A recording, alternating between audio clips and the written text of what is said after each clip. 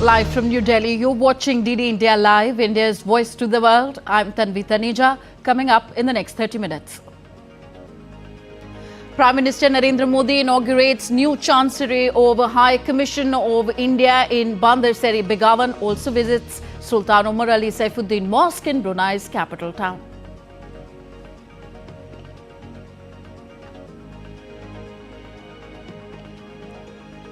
World Bank raises India's growth forecast to 7% for the current fiscal year from 6.6%, driven by consumption and government spending on infrastructure. Russian President Vladimir Putin welcomed in Ulaanbaatar despite ICC arrest warrant, highlights relations with Mongolia as Russia's priorities in Asia. And UK suspends 30 of its 350 arms export licenses to Israel. Tel Aviv says disappointed by the decision as it, quote, sends problematic message to Hamas and Iran backers.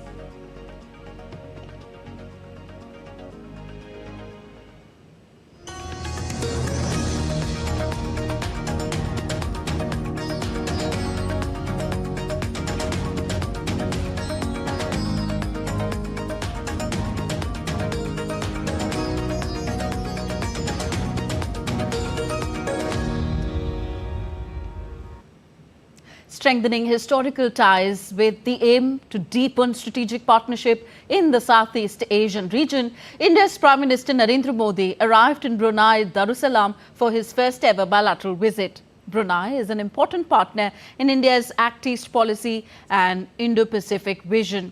He was given a ceremonial welcome upon arrival.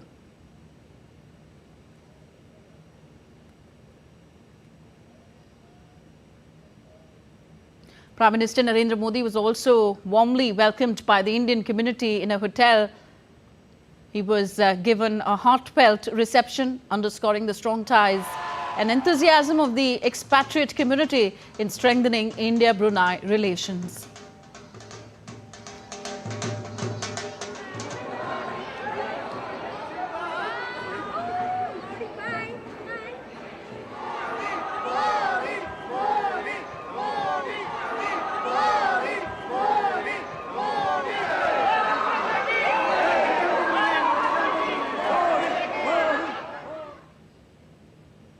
Boosting people-to-people ties, Prime Minister Narendra Modi visited the Omar Ali Saifuddin Mosque, which is named after the present Sultan's father.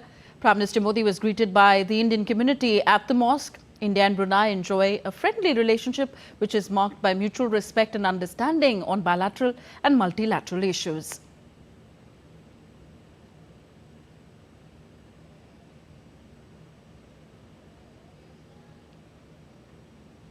Also, Prime Minister Narendra Modi inaugurated the new Chancery building of the Indian High Commission, located in the diplomatic premises of Brunei in the vicinity of embassies and high commissions of other countries.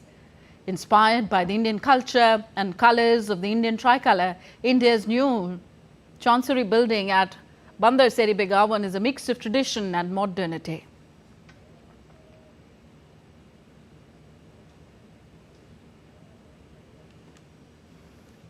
So as we told you, India's new Chancery building at Bandar Seri Begawan, Brunei is a mix of tradition and modernity. It is located in the diplomatic area of Brunei in the vicinity of embassies and high commissions of other countries. Located in the diplomatic area of Brunei in the vicinity of embassies and high commissions of other countries, India's new Chancery building at Bandar Seri Begawan is a mix of tradition and modernity. It took 3 to 4 years for its construction work to be completed. Architecturally, it is one of the finest Indian high commissions or embassies the world over. It has traditional Indian motifs, extensive lattice work on windows and the exterior. Wall clearings are done with Kota stone in pink and deep maroon. There is a central courtyard water body and a multi-purpose hall with a capacity of 300 people. The decor for the inauguration ceremony is inspired by Indian culture and colours of the Indian tricolour. The whole decor is conceptualized from the Indianness that we all have deep inside our souls. We have the national flower, the lotus, the national bird, that is the peacock, and we have conceptualized our decor around the uruli, which is a communal vessel that is used for cooking in Kerala. And here in Brunei, it is all about the Indian community and how the community come together when an event happens. Indian High Commissioner to Brunei Darussalam expressed his sentiments. Today is that occasion that from the ancient and the medieval to the modern and the post-colonial, we have an opportunity based and premised on the foundations of a very strong Indian diaspora here, which I spoke of, to make a new beginning. It is emblematic of our relations and its possibilities in future that the Prime Minister, Mr. Narendra Modi ji, with his first bilateral visit here will consolidate and foster new bonds and new strengths, impart new strengths to these relations, these threads. The Indian High Commission in Bandar Seri Begawan is thus all set to enter its new spacious and modern-looking home. With cameraman Kumar Datta, this is Munmun Bhattacharya from Bandar Seri Begawan for DD India. So Prime Minister Narendra Modi's visit to Brunei is special because it is coming, marking the 40 years of diplomatic relation between the two countries, and also it is the first visit by an Indian Prime Minister to the country. So let's get a glimpse of Prime Minister Narendra Modi's day one of his Brunei visit.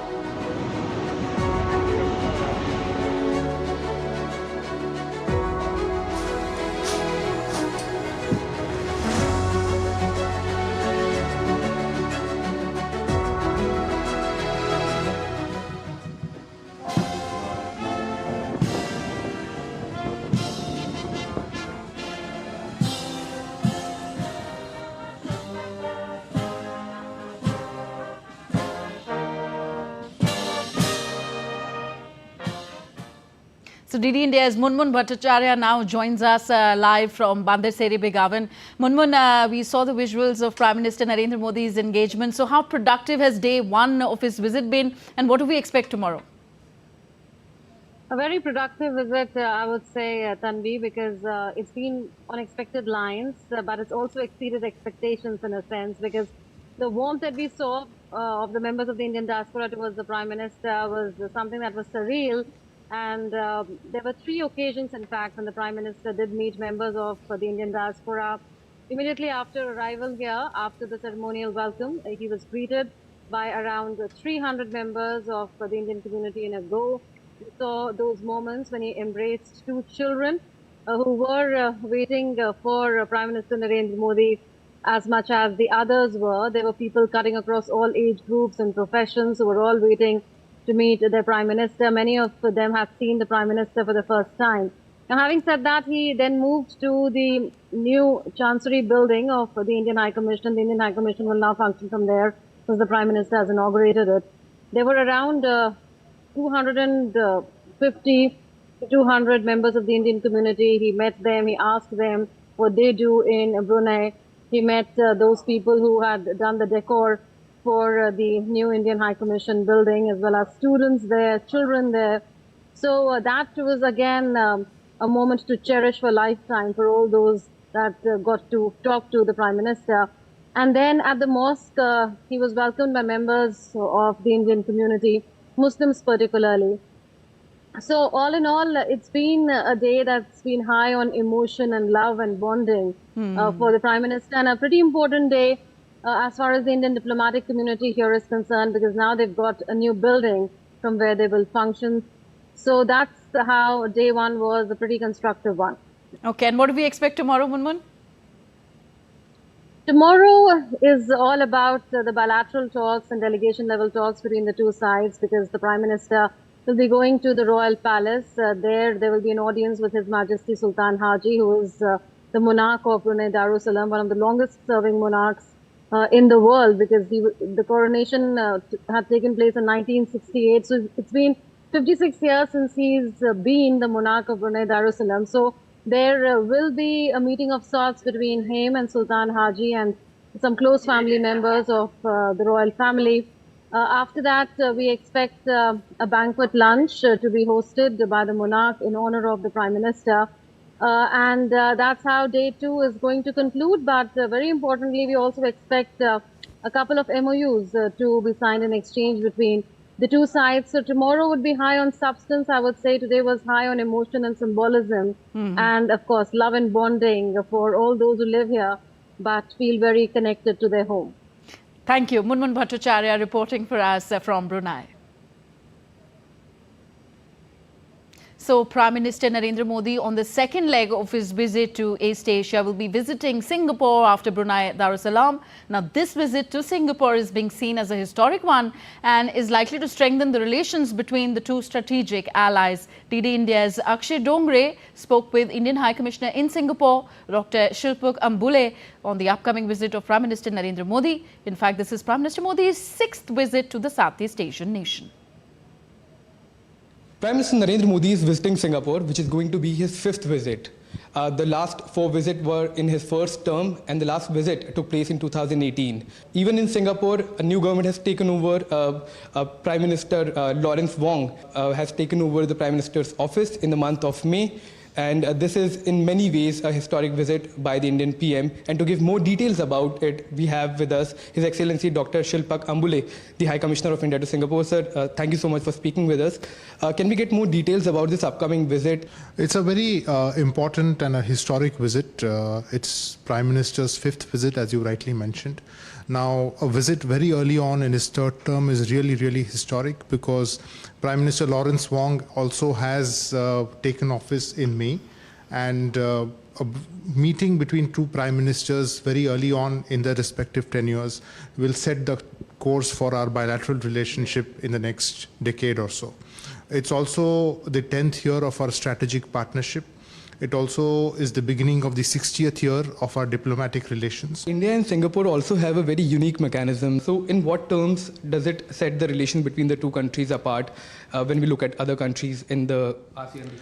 Well, it's a very unique mechanism. I don't think we have it with any other country, nor does Singapore have such a mechanism with any other country. It started in the first meeting of the ISMR, started in September of 2022. And that time we had identified 4 pillars of cooperation. One is the digital space, skills, health and medical care, and one was the connectivity part. This year, The second ISMR, we've increased the number of ministers. There were 6 ministers on the Singapore side and 4 ministers on our side. Also on the sidelines, we have what we call as India-Singapore Business Roundtable. Right. So there are certain CEOs on either side from specific sectors who participate in that meeting, and they also come out with an action plan. So the areas of cooperation which we have identified in advanced manufacturing, sustainability, green growth, green hydrogen. Prime Minister, soon after coming to power, focused on Act East policy. In fact, he announced the successor of Look East policy. So where do we find Singapore in this vision? Well, it's almost 10 years now of our Act East policy as well.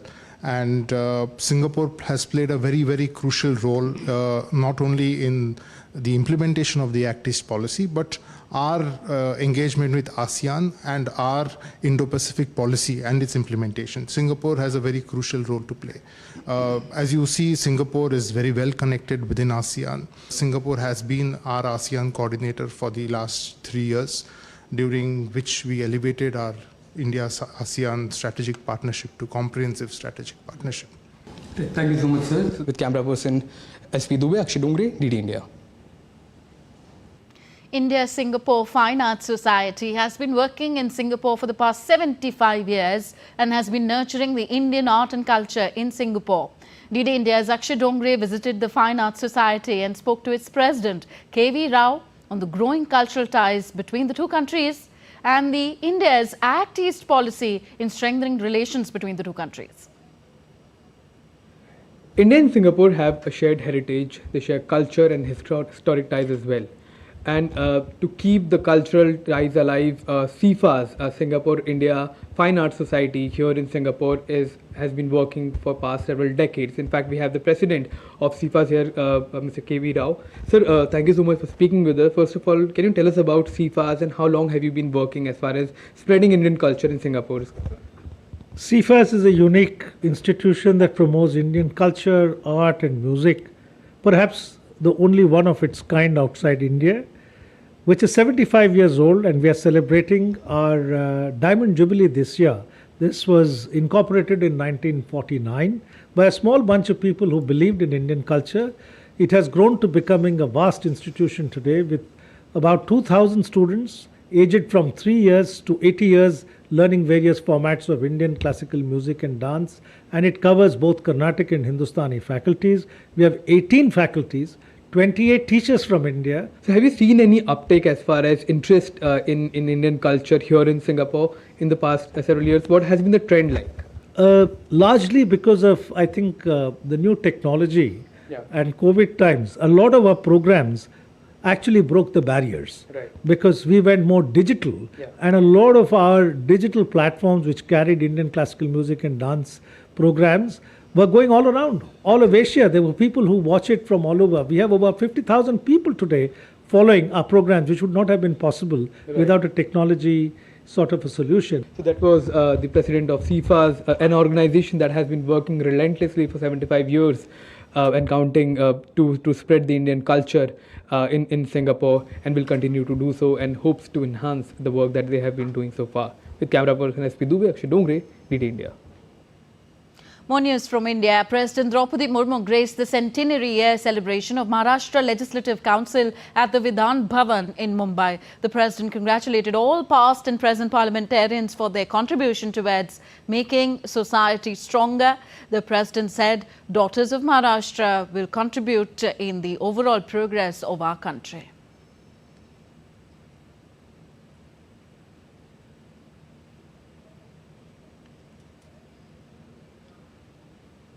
President Draupadi Murmu also paid respects to Baba Saheb Dr. B.R. Ambedkar at the Chaitya Bhumi in Mumbai. Posting on the microblogging site X, the President said, and I quote her, "The values and ideals of the architect of Indian Constitution will continue to guide our nation," unquote.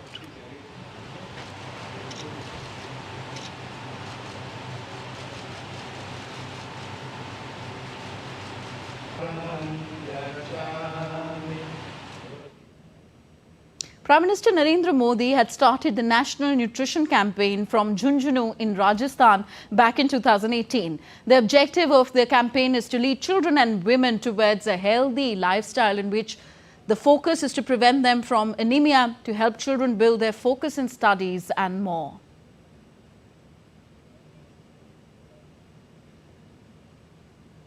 So, in view of the 7th National Nutrition Month being celebrated in India, programs are being organized in all Anganwadi or rural childcare centres of Rudraprayag district in North Indian state of Uttarakhand under the National Nutrition Month campaign from 1st to 30th of September. Through this campaign, awareness-related programs related to health, hygiene and nutritious diet are being given to all pregnant, lactating women, small children and adolescent girls. In this series, the Child Development Department in Uttarakhand's Bageshwar also organized an awareness program in Mission Into College. The college students were informed about the importance of nutrition. Along with this, a declamation competition was also organized. The Indian economy continues to grow at a healthy pace despite challenging global conditions. The World Bank on Tuesday raised its Indian economic growth forecast to 7% for the current fiscal year, helped by government spending on infrastructure. Earlier, it was estimated at 6.6% and the medium-term economic growth expected at 6.7% over the next 2 fiscal years. So, the growth forecast will reach 7%. According to World Bank, in fiscal year 2024-25, growth will remain strong in fiscal year 2025-26 and fiscal year 26-27. India's central bank, the Reserve Bank of India, expects growth of 7.2% in fiscal year 2025. Debt to GDP ratio projected to decline from 83.9% in fiscal year 2023-24 to 82% by fiscal year 26-27. Current account deficit is expected to remain at around 1 to 1.6% of the GDP up to fiscal year 2026-27. World Bank expects private investment to aid consumption recovery in India. On to some international updates now. Russia's President Vladimir Putin held talks with his Mongolian counterpart, Ukhnagin Khurelsukh, in Ulaanbaatar on Tuesday. Earlier, President Putin received a grand welcome at a ceremony featuring a guard of honor on his arrival in the East Asian country. The two leaders discussed prospects for further developing Russia-Mongolia comprehensive strategic partnership and exchanged views on international and regional issues. Further, Putin highlighted relations with Mongolia as Russia's priorities in Asia. President Putin will also take part in events to commemorate the 85th anniversary of the Battle of Khalkhin Gol, where Soviet and Mongolian troops defeated the Japanese army. Israel has slammed UK's decision to suspend some arms sales to the country as shameful. In a series of posts on social media platform X, Israel's Prime Minister's office said that UK's decision will not change Israel's determination to defeat Hamas, a genocidal terrorist organization that savagely murdered 1,200 people. The UK suspended 30 of its 350 arms export licenses with Israel, citing a risk of equipment being used to violate international law. Items that will come under the suspension include components for military aircraft, including fighter jets, helicopters and drones. So Israel has condemned UK's move, saying that it will send a problematic message to Hamas and its Iranian backers.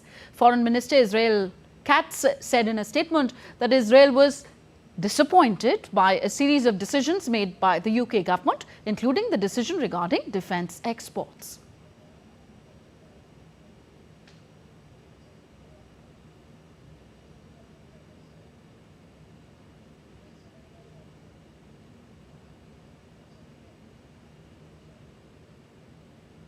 Meanwhile, Britain's Defence Minister John Healey said on Tuesday that the suspension of arms export licenses to Israel does not change the fact that Britain remains a staunch ally.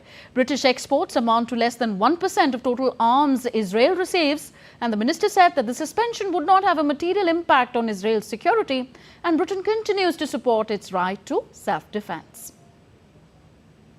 We are a staunch ally of Israel. We remain a staunch ally of Israel. We've made this legal judgment as a result of the process we're required to follow. We've suspended the export licenses on 30 out of 350 parts These are ones that could be a clear risk in breaching international law in Gaza, but our determination to stand with Israel, to be part of the collective defense if they come under direct attack again, as they have done before, remains resolute and absolute. We are a staunch ally of Israel. We remain. Next, we take a look at other stories making news around the world. Ahead of Sky Race World Cup 2025, which will take place in Brazil, more than 80 runners race up at Bolivia's Uyuni Salt Flat for the 4th edition of the Buff Skyline Tunupa race. Participants from across the world took part in the 10-kilometer, 24-kilometer and 42-kilometer courses on the foot of the Tunupa volcano. South Africa announced an innovative trusted tour operator scheme to focus on the expanding tourist markets of India and China. The scheme, set to be implemented from January 2025, will reform the visa system and is expected to supercharge job creation in the tourism sector. Thai Prime Minister Paetongtarn Shinawatra announced to sign the final list of her cabinet ministers before submitting it for royal endorsement. The leader has also asked government to start working immediately with digital wallet policy remaining the core focus, with some adjustments to the implementation. Now, before we end this bulletin, here is a beautiful video of Prime Minister Narendra Modi interacting with the vibrant Indian community in Brunei.